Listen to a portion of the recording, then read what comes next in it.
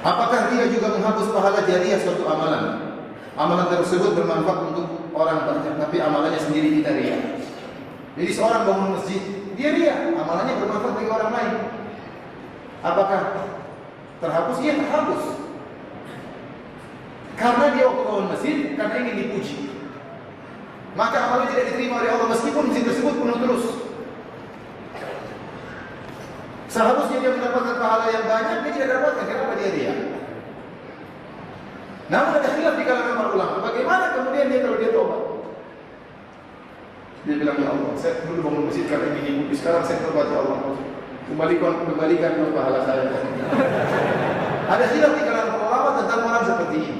Dia tobat dari riaknya. Pendapat Ibnu Qayyim rahimahullahu taala tidak bisa kembali pahalanya. Kenapa? Karena asalnya tidak ada pahala. Paham? Asalnya dia tidak punya pahala. Asalnya dia bangun karena ingin dipuji, dia tidak ada pahala. Apa yang dikembalikan? Pahalanya tidak ada. Pendapat sebagian ulama bisa kembali pahalanya kalau dia bertobat. Kenapa? Sebenarnya dia dapat pahala, tapi ada penghalang.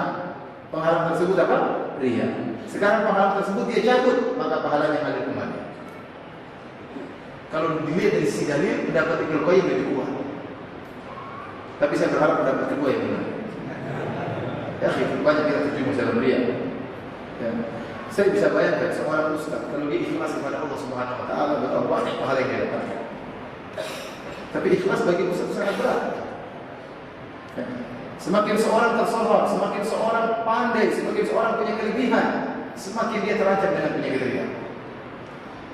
Tapi kalau dia ceramah nggak ada yang dengar, mau ria sama siapa? Ya tidak.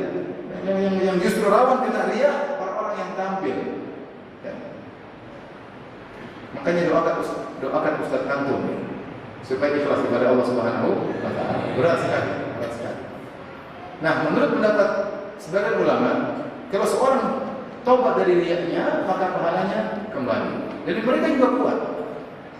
Dalilnya dengan kias aula, kias yang lebih utama. Seperti kisah Hakim bin Hizam radhiyallahu taala. Hakim bin Hizam waktu di masa jahiliyah dia sering bersedekah. Dia menyembelih tidak salah 100 ekor onta dibagikan kepada fakir miskin. Dan dia memerdekakan 100 budak. Kemudian waktu dia masuk Islam, dia bertanya kepada Nabi, "Ya Rasulullah, saya dulu begini dan begini. Bagaimana dengan amalan saya terdahulu? Waktu saya bersedekah masih musyrik.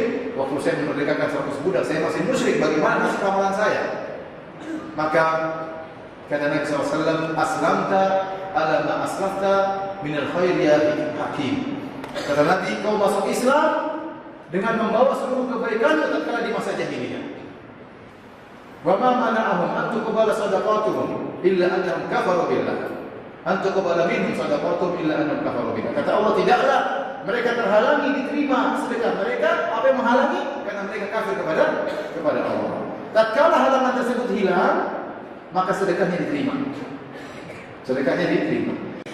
Hakim bin Hizam waktu berbuat kebaikan bersedekah, dia musyrik syirik akbar. Dan asalnya amalannya tidak diterima. Tapi ternyata waktu dia masuk Islam, amalannya kembali lagi.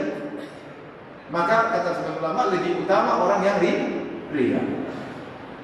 Kalau dia ria kemudian dia bertobat kepada Allah dengan tobat yang nasuha, tobat yang sungguhnya, semoga amalannya diterima.